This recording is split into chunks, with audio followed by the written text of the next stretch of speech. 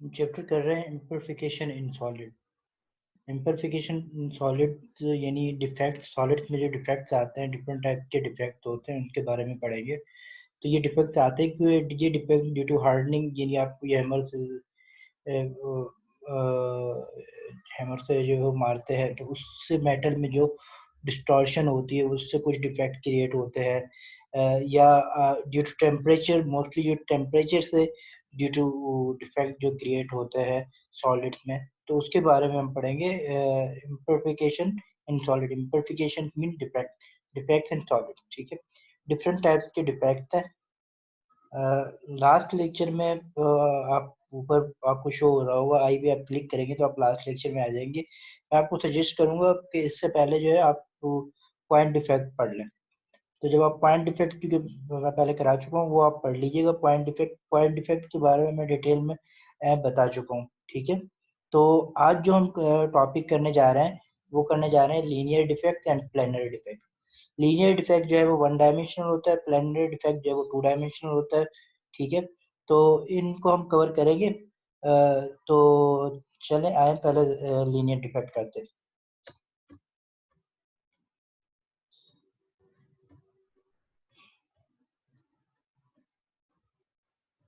Linear defect में जो है वो डिसलोकेशन, डिसलोकेशन या लीनियर डिफेक्ट कहते हैं इसको।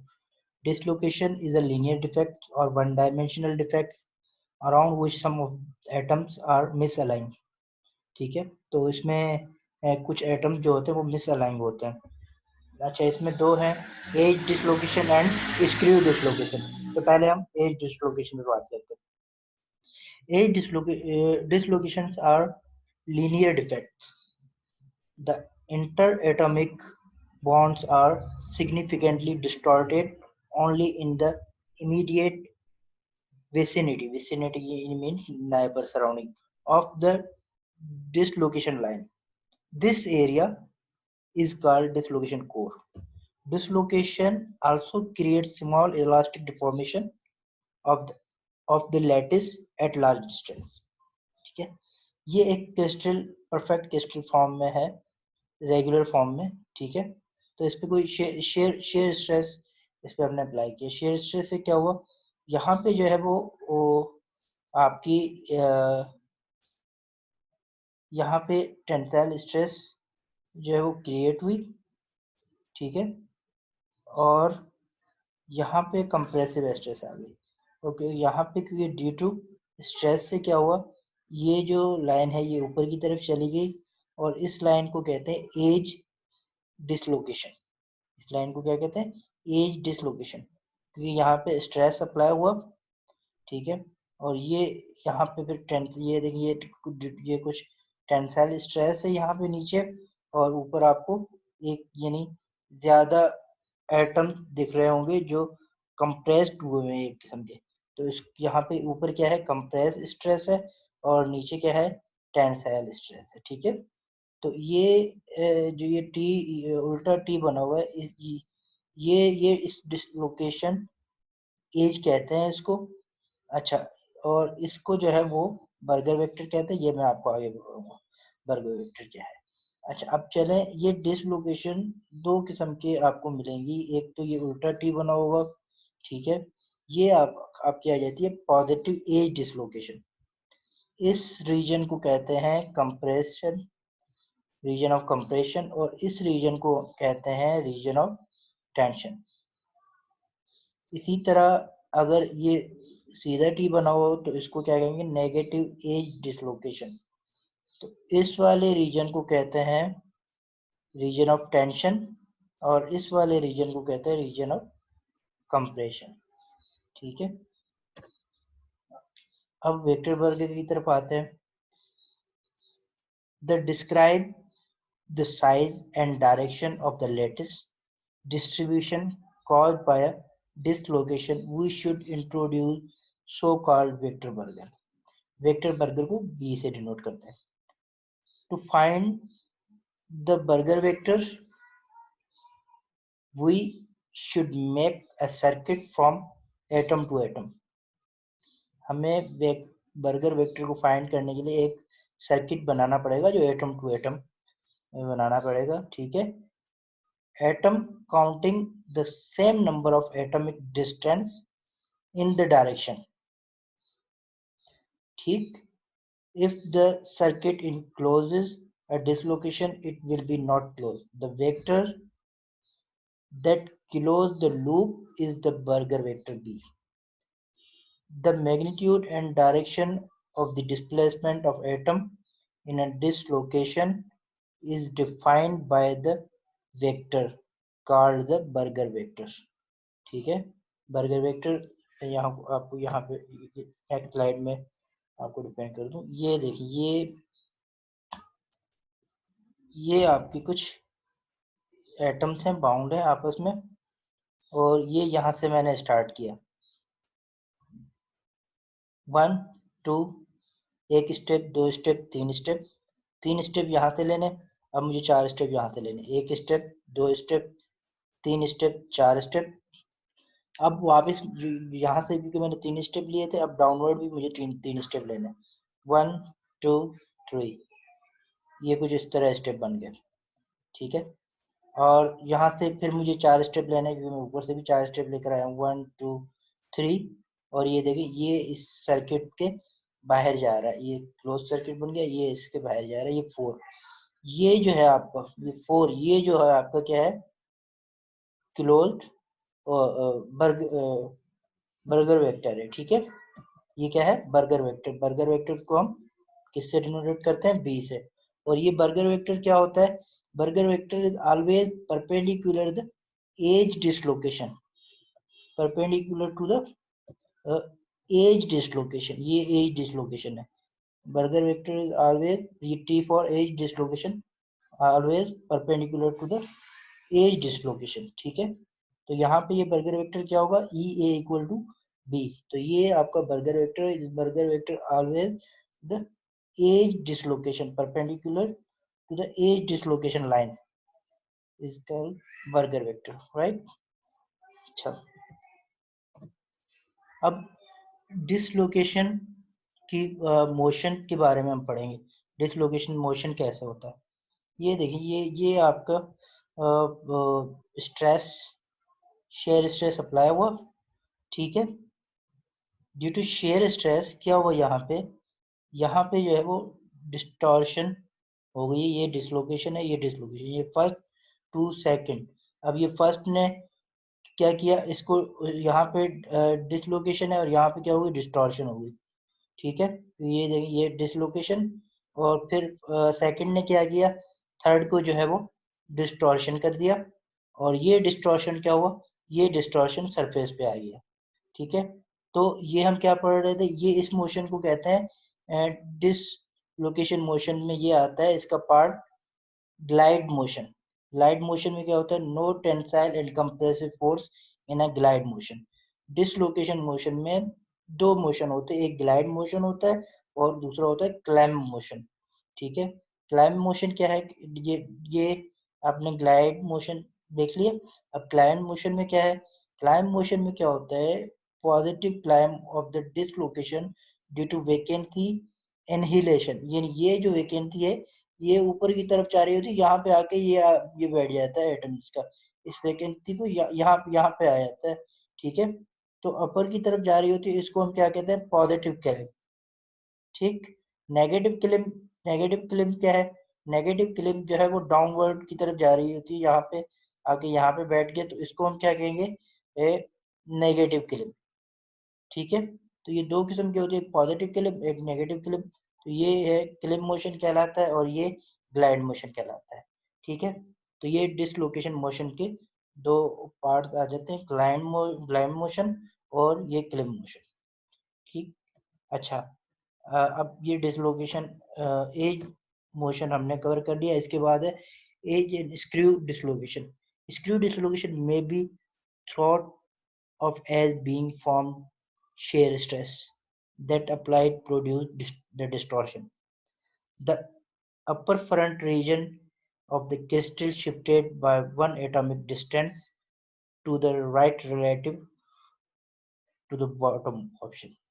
ठीक है, the atomic distortion associated with the screw distortion is also linear and along dislocation line. ठीक है, अब ये क्योंकि ये इसको ये होता क्या है कि ये देखेंगे, आप फिगर में देखेंगे, ये ड्यू टू शेयर फोर्स के ये अपनी जगह पे यहाँ से अपनी जगह से थोड़ा सा क्या क्या कहते हैं यहाँ से स्लिप हो गया है, अपनी जगह इसने थोड़ी सी यहाँ से छोड़ दी है, यहाँ पे डिस्टॉर्शन क्रिएट हो गई है। लेकिन ये जो साइड है यहाँ पे ये अपनी जगह पे यहीं पे ही रहा है, और ये यहाँ से स्लिप होके और यहाँ पे ये अपना यहाँ पे आ गया। तो ये इस किस्म का, क्योंकि ये जब यहाँ से स्लिप होता है ना तो स्क्रू फॉर्म में होता है, इसके जो क्रिस्टल या मूव होते हैं ये स्क्रू शेप में होते हैं, तो इसलिए इसको जो है वो स्क्रू डिसलोकेशन नाम दे दिया। ठीक है, तो ये इसलिए इसको स्क्रू डिसलोकेशन, और ये ऊपर इस फिगर को ही डिफाइन कर रहा है कि एक राइट साइड है एक लेफ्ट साइड है, ये बॉटम पोर्शन है ये अपर पोर्शन है, इसको इस तरह से ये शिफ्ट हुआ है। तो इस पूरे को जो है वो इसको नाम क्या दिया, स्क्रू डिसलोकेशन। इसका सिंबल क्या है, ये इसका सिंबल है स्क्रू डिसलोकेशन का। ठीक है, अच्छा, the exact structure of dislocation is a real crystal in a real crystal is usually more complicated than one shown in this page.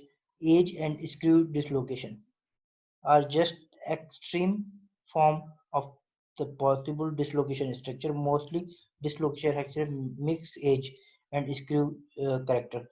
ये बताना ये चाह रहा है कि ये मोस्टली जो प्रैक्टिकली ये बड़ा मुश्किल होता है कि इसको हम फाइंड करें ये डिसलोकेशन है वो एज है या स्क्रू डिसलोकेशन है।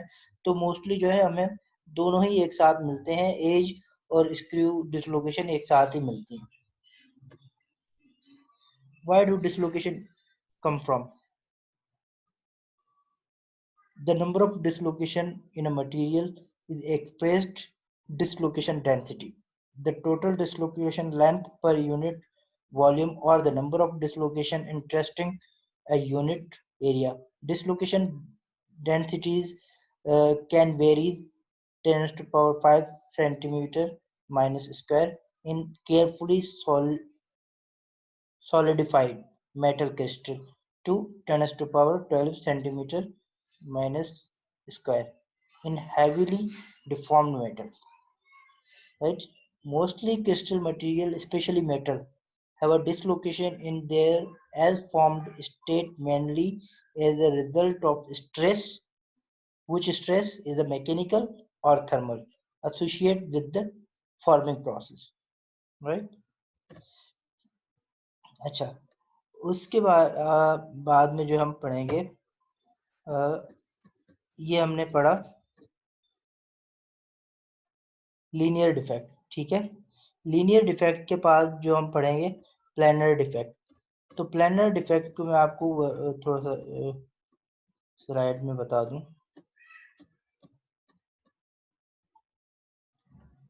ये देखिए प्लानर डिफेक्ट में कौन से आते हैं, game boundaries, external surfaces and stacking fault.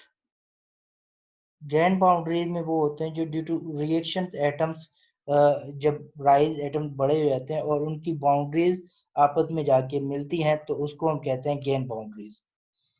Stacking fault में वो आ जाते हैं जैसे A B C D E, A B A B repeat हो रहा है और यहाँ पे एक एटम आ गया सी, एक पैटर्न चल रहा था उस पैटर्न को डिस्टर्ब करना उसको कहते हैं स्टैकिंग फॉल्ट। एक्सटर्नल सरफेसेस वो है जो अपर वाले सरफेस के जो मॉलिक्यूल्स होते हैं वो मॉलिक्यूल्स बाउंडेड नहीं होते अदर नेबर्स मॉलिक्यूल से, और तो ये वो जो है उनकी डेंसिटी क्या होती है, वो क्या होते हैं, वीक होते हैं, और अदर एटम्स क्या है वो एनर्जाइज होते हैं। तो उस अपर सरफेस में क्योंकि वो बाउंडेड नहीं होते वहां पे जो वो चेंजेस आती हैं उसको एक्सटर्नल सरफेस डिफेक्ट कहलाया जाता है। चलो इसके बारे इन तीनों के बारे में थोड़ा थोड़ा सा हम दोबारा इन चीजों को रिपीट कर लेते हैं। ठीक है, ये है प्लानर डिफेक्ट। प्लानर डिफेक्ट में क्या है, ये मैंने आपको बताया था, ये क्या है, ये आपके हैं एक्सटर्नल सरफेस डिफेक्ट, ये क्या कहते हैं? External surface obviously boundary along which the crystal structure terminate, ठीक है।